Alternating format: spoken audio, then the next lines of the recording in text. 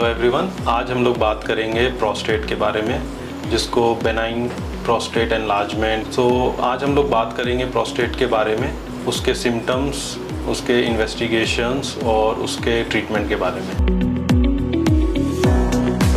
Prostate generally patients जो होते हैं वो 40 या 45 इयर्स से अबव के पेशेंट्स होते हैं और उनको जनरली पेशाब में जो दिक्कत होती है वो रात में बार बार उठना पेशाब करने के लिए, या फिर पेशाब की धार कम हो जाना, या फिर रुक रुक के पेशाब आना।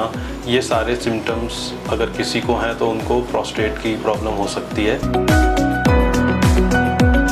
तो अब हम लोग बात करेंगे कि क्या क्या टेस्ट प्रोस्टेट के लिए कराए जाते हैं। सबसे पहले कराया जाता है एक यूरिन टेस्ट, जिसमें इन्फेक्शन है या नहीं ये पता किया जाता है। फिर एक कराया जाता है अल्ट्रासाउंड, जिसमें प्रोस्टेट का क्या साइज़ है ये पता किया जाता है। फिर एक यूरोफ्लो टेस्ट होता है, वो कराया जाता है, जिसमें कि पता चलता है कि आपका उनकी यूरिन की जो धार है वो कैसी है, और उससे पता किया जाता है कि कितना सीवियर उनको सिम्टम्स हैं। फिर एक टेस्ट कराया जाता है सीरम PSA, जो कि 45 इयर्स से अबव वाले पेशेंट्स में ही कराया जाता है, ये जानने के लिए कि अगर प्रोस्टेट बढ़ा है तो उसमें कोई ट्यूमर या कैंसर तो नहीं है। ये 4 टेस्ट होते हैं जो जनरली प्रोस्टेट के एनलार्जमेंट में कराए जाते हैं, जिसके बेसिस पे ट्रीटमेंट डिसाइड किया जाता है।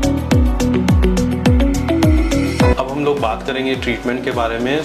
जो मोस्ट कॉमन ट्रीटमेंट होता है मेडिकल ट्रीटमेंट, जिसमें दवाइयाँ देके प्रोस्टेट के लिए जो दवाइयाँ दी जाती हैं। कोई भी पेशेंट होता है उसमें सबसे पहले कुछ मेडिसिन होती हैं वो ट्राई करते हैं, जैसे टेम्सुलोसिन, साइलोडोसिन या फिर एल्फुजोसिन। ये अलग अलग पेशेंट्स में अलग अलग मेडिसिन हम लोग देते हैं, और सीधा सर्जरी जनरली एडवाइस नहीं की जाती किसी पेशेंट्स को, बट कुछ केसेस में सर्जरी भी करनी पड़ सकती है, जैसे कि अगर उनको प्रोस्टेट के साथ कोई ब्लैडर में स्टोन है उस केसेस में, या फिर प्रोस्टेट से अगर ब्लीडिंग हो रही है, या फिर पेशेंट को बार बार यूरिन का इन्फेक्शन हो रहा है, और या फिर पेशेंट को यूरिन के लिए नली लगानी पड़ रही है, जिसको कैथेटर बोलते हैं। इन केसेस में डायरेक्ट सर्जरी भी करनी पड़ती है, बट 80% या 90% पेशेंट्स में मेडिसिन से ही प्रोस्टेट कंट्रोल होता है और उनको यूरिन में काफ़ी सुधार।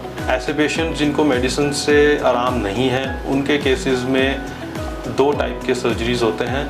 पहला जो मोस्ट कॉमन है बाइपोलर या मोनोपोलर, TURP बोलते हैं उसको। उस केस में एक दूरबीन या एंडोस्कोप होता है, उससे हम लोग प्रोस्टेट को छोटे छोटे पीसेस करके उसको छोटा कर देते हैं, जिससे एक चैनल बन जाता है यूरिन पास होने के लिए। दूसरा जो है वो लेज़र है, लेज़र से जिसको बोलते हैं होलैप, और ये लेज़र ट्रीटमेंट होता है जिससे कि प्रोस्टेट को छोटा किया जाता है लेज़र की एनर्जी के साथ। और ये थोड़ा लेटेस्ट ट्रीटमेंट है, और इसमें थोड़ा ब्लीडिंग कम होती है और रिकवरी थोड़ा जल्दी होती है। ये 2 मेजर ट्रीटमेंट्स या फिर आप कह सकते हैं सर्जरीज़ होते हैं, और ये सर्जरीज़ थोड़ा बहुत हाई रिस्क सर्जरीज़ नहीं होते हैं। मैक्सिमम 2 या 3 दिन का हॉस्पिटल स्टे रहता है, और उसके बाद जो रिकवरी होती है काफ़ी फास्ट होती है, और नली या कैथेटर 1 या 2 दिन रखते हैं। उसके बाद पेशेंट्स को हम लोग नली निकाल के वो यूरिन करते हैं, तो वो काफ़ी इम्प्रूवमेंट दिखाई देता है। Thank you.